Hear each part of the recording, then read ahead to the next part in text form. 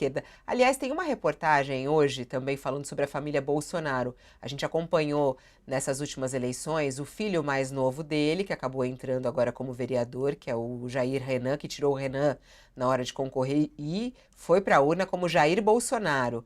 O Jair Renan, que é vereador agora, vai tomar posse, né? Em janeiro, lá em Balneário Camboriú, e o Carlos Bolsonaro, que foi reeleito lá no Rio de Janeiro. Com isso, os 4 filhos de Bolsonaro são justamente assalariados do nosso bolso, né? Por nós. Família Bolsonaro vai receber, a partir de 2025, ao menos R$ 213 mil em salários e mais R$ 58 mil em aposentadorias. 271 mil no total, pagos integralmente com recursos públicos, ou seja, do nosso bolso. Então, o quanto nós bancamos a família Bolsonaro? O valor é esse, R$ 271 mil em 2025. Bolsonaro recebe R$ 42 mil por mês do PL, que é o cargo que ele ocupa como presidente de honra. Michele Bolsonaro também recebe R$ 42 mil do PL, que também é pago com dinheiro público. Além disso, Bolsonaro e Michele podem receber a partir do ano que vem 46 mil, porque vai ter aí um aumento. O ex-presidente também recebe R$ 58 mil de 2 aposentadorias públicas, como capitão reformado do Exército, tem R$ 12 mil, e também como deputado federal, R$ 46 mil, que é o valor previsto para 2025. O salário e a aposentadoria de Bolsonaro somam R$ 100 mil. Flávio e Eduardo recebem o teto da administração pública, 46 mil cada um. Carlos Bolsonaro, 25 mil como vereador do Rio de Janeiro. E Jair Renan, eleito lá em Balneário, o salário dele é de R$ 11 mil.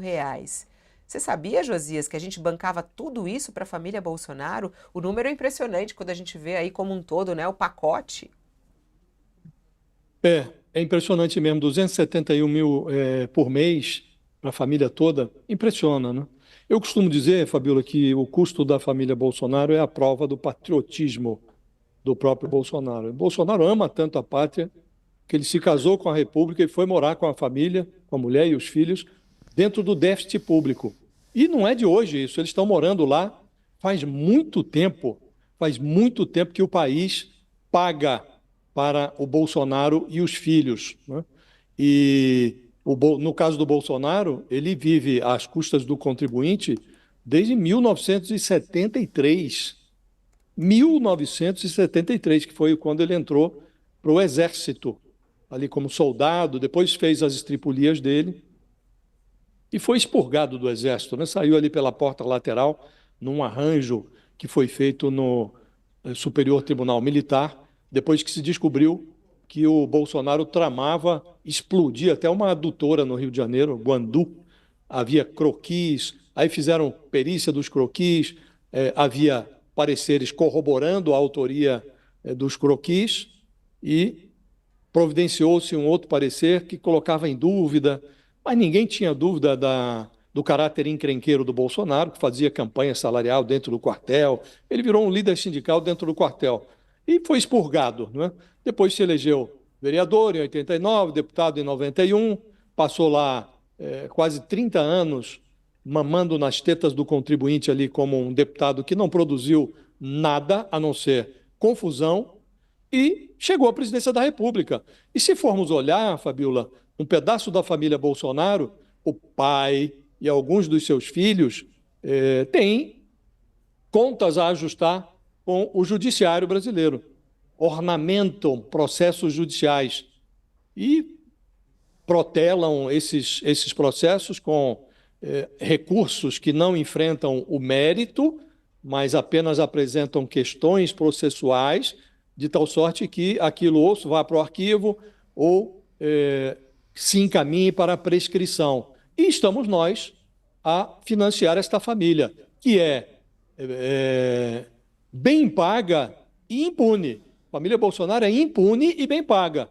Agora estamos aí assistindo ao Bolsonaro. O Bolsonaro hoje devia estar no banco dos réus e não no palanque.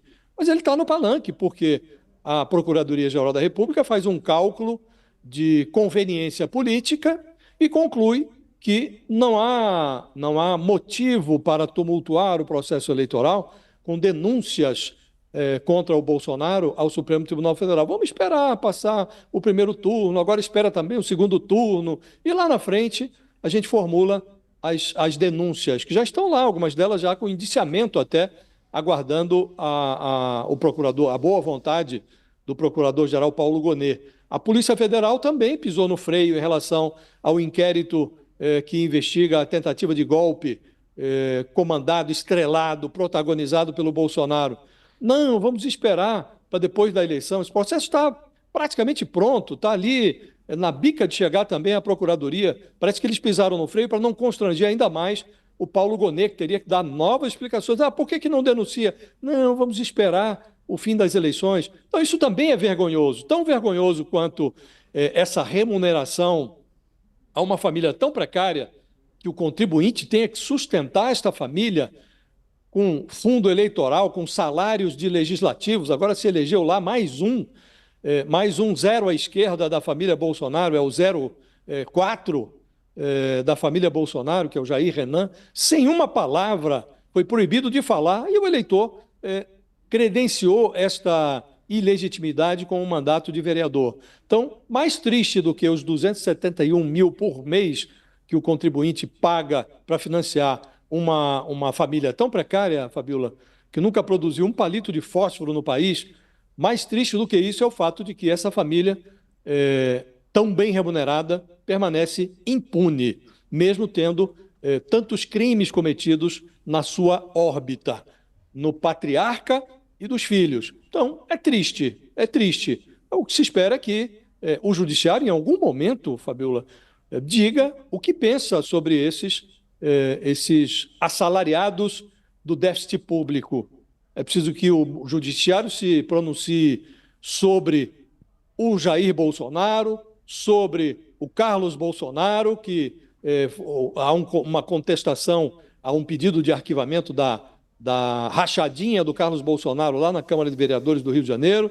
É preciso que a Justiça, em algum momento, ressuscite os processos que foram enterrados com provas vivas nos tribunais superiores de Brasília contra o Flávio Bolsonaro, e é preciso que o Judiciário diga também o que acha do Jair Renan, que acabou de se eleger lá em Balneário Camboriú, mas tem contas a ajustar com a polícia, com o Judiciário aqui em Brasília. Então, é preciso que o Judiciário diga o que pensa sobre a família Bolsonaro e, com sorte, daqui a alguns anos, esses personagens vão ser expurgados do erário. Mas é muito difícil que isso ocorra, Fabiola. Nós já nos habituamos a esse tipo de perversão. A gente tem outras famílias, né, Thales? Você que acompanha a política há muito tempo, a gente tem outras famílias que também vivem dessa maneira. Se for fazer um levantamento, aliás, eu acho que podia ser uma sequência, né? Quais são outras famílias? Aí o pessoal tá até falando aqui, a família do Renan Calheiros, por exemplo, a família de Arthur Lira. Tem várias aí famílias que estão na política há muito tempo e que tem outras pessoas ligadas à família. Mas como a família Bolsonaro é meio impressionante, né? A quantidade de pessoas, são 4 e com o Bolsonaro 5 pessoas, né? E a Michelle também, né? Tem que colocar a Michelle nessa conta, porque ela recebe também dos cofres públicos, porque é dinheiro do partido.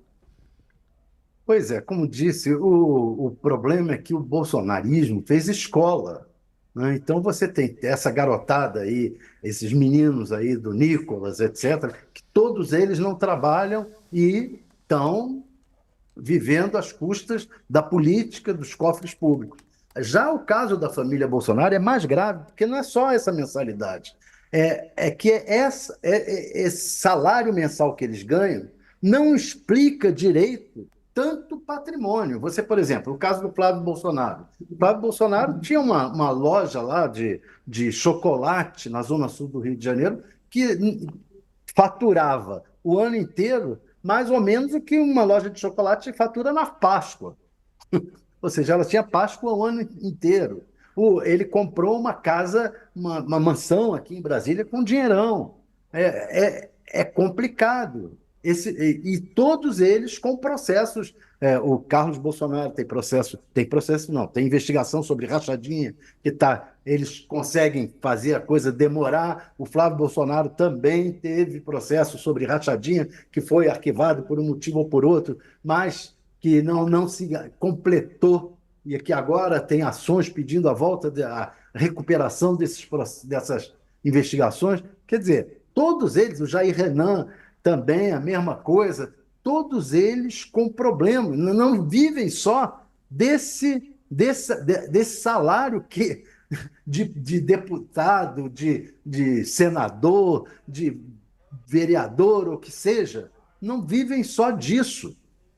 Isso daí é base para que consigam extrair mais da coisa pública. E aí a gente fica impressionado, né? Impressionado. Como é que pode o eleitor não se dar conta e ainda ver essa gente falando dos outros? Os outros é que são os culpados, os outros. A gente tá vendo aí também em São Paulo uma briga de políticos, um dizendo que é o outro culpado. É assim, os outros são os culpados. Os outros não trabalham. Eles não. Eles são perfeitos, ótimos. Só que estão cheios de processo, cheios de investigação, cheios de problemas, de acusações, cheios de questões e vivendo sempre à base da coisa pública. É Tem isso um que traz aspecto, viu, desânimo. Fabíola, se me permite, uma observação muito rápida. Você disse algo, acho que a partir de uma observação de um espectador nosso, é muito impressionante mesmo o que ocorre na política brasileira, né? Nós temos aqui um filhotismo, né?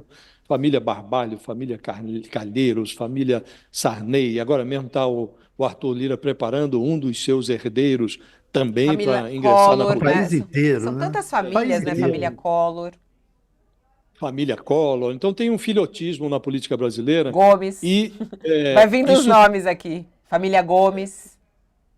Família Gomes. Isso pediria o quê? Um processo de renovação, né? Que expurgasse esse filhotismo e colocando gente nova na política. Ocorre que eles providenciam para que a renovação não ocorra. Os partidos beliscam as emendas do orçamento, enviam para os seus currais eleitorais, elegem-se e reelegem-se eternamente e, com base nas bancadas, obtém o fundo eleitoral, que é entregue a caciques que controlam as legendas, que distribuem para eles mesmos. Então, eles se eternizam no poder. Aí criam cotas para candidaturas de mulheres, de negros, de gente nova, que, em tese, oxigenaria a política. Só que eles fraudam essas cotas. Agora mesmo, negros e mulheres que se candidataram não tiveram nenhum voto, nem o deles próprios. Um indicativo de que houve fraude, evidentemente, porque ninguém se candidata para não ter nem o próprio voto, né? Então lançam-se as candidaturas, às vezes nem o personagem que é hipoteticamente candidato sabe da própria candidatura e aquele dinheiro é desviado para as candidaturas dos mesmos. Então, o modelo, Fabíola, foi feito para que as famílias, para que os filhotes, para que os patriarcas se mantenham no poder. E isso tem se eternizado. A política é tratada como, nos tempos em que vigorava no Brasil, vigoravam as capitanias hereditárias. Então, os mandatos vão sendo passados de pais para filhos, nacos de poder vão sendo mantidos sob o controle das mesmas famílias, e é triste que isso ocorra, mas ocorre, e nós não nos livramos dessa ciranda viciosa. Se me permite, Fabiola, Josias, para acrescentar aí o que você está dizendo, não é só esse sistema em que eles fraudam as leis que eles próprios criam, é que depois eles não respeitam, não é só fraudar, não respeitam, depois que foi detectado que não cumpriram cotas de negros, não cumpriram cotas de mulheres, eles votam a anistia. Eles se anistiam de não terem cumprido a legislação. E aí fica esse mar de politicagem, de políticos se locupletando suas famílias e usando a coisa pública para isso. E é um grande acordo no Congresso. Olha, a gente desrespeita tudo e a gente, na próxima eleição, na próxima legislatura, a gente vota anistia para todos nós.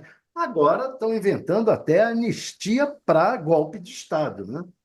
Que é é o auge disso daí. Vamos agora tentar. Se a gente perder a eleição, a gente dá o golpe, e se a gente for preso, a gente vota anistia para o nossa tentativa de golpe. Eles podem tudo. Bom, sabe quem fica muito indignado com essas coisas? É o nosso convidado de agora. Juiz eleitoral, ele que é um dos